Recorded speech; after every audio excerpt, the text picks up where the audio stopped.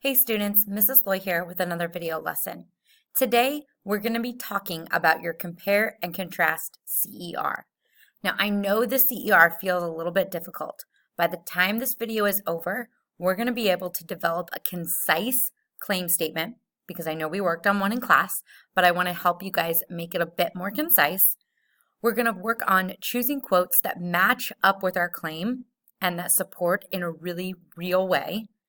And then the third thing that we're going to accomplish by the end of this video is that we're going to understand how to develop the 3 sections of your reasoning paragraph.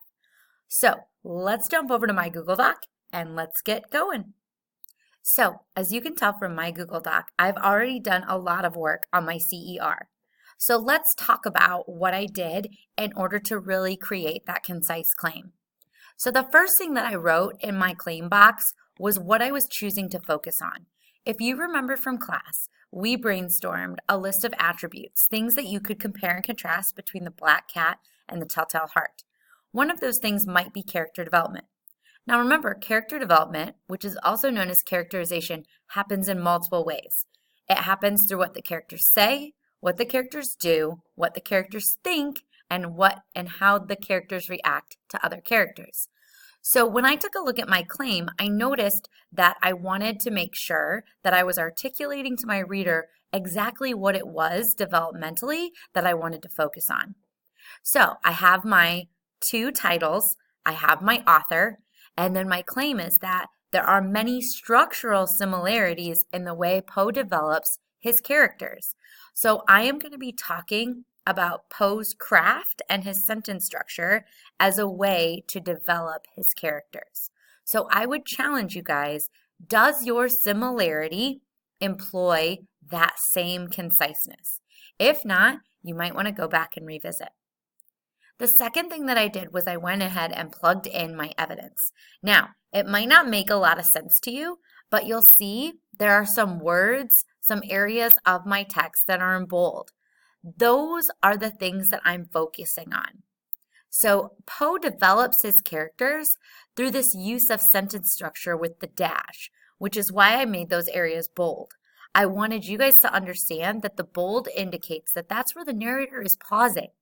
And that pause in his thinking actually is a way to develop his character. So I was really thinking about the structure, the sentence structure, and the use of those dashes as a way of developing the characters. And those dashes show up as the character's thoughts. Let's dive into the reasoning because this is going to be the hardest part. So if you remember from our initial CER practice with just the Telltale Heart, there are 3 aspects that go into reasoning. Number 1, an explanation of evidence. In this case, I have 2 pieces of evidence that I have to explain. That's why the green section is a little bit longer. Second, I need to include prior knowledge or experiences from my own reading. So as a reader, I need to think about what I know about how people think and how I think and insert that as a way to strengthen my argument. Lastly, I need to connect back to my claim.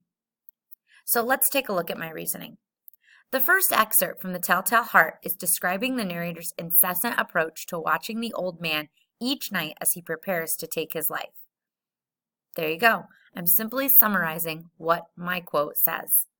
In the second, from the Blac Cat, Poe offers the narrator's explanation as to what made him hang the Blac Cat the day after gouging the poor feline's eye out. So notice there, I'm giving a little bit of background information to the Blac Cat text because maybe my reader hasn't read it, so he needs to know what's going on in that second quote. I continue. Each of these cases is an instance when the author takes a moment to reveal the madness behind each of the characters.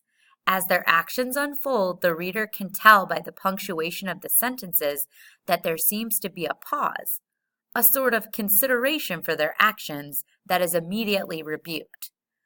The last part of my reasoning here is showing how my 2 quotes are connected.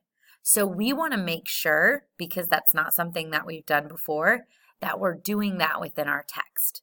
Then I continue on.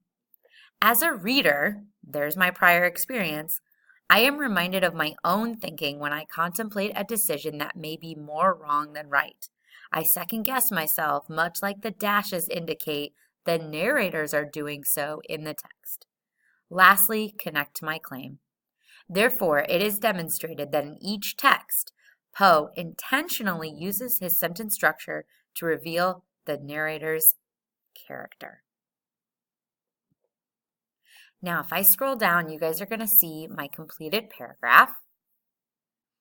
And if you think back to the small groups that we worked in when we did our Telltale Heart paragraphs, you'll notice this is color-coded just like the paragraphs were that we worked in. So when you guys are developing your paragraphs, consider using orange, pink, green, yellow, and blue as a way to indicate that you have each component of the paragraph that is required. Happy writing!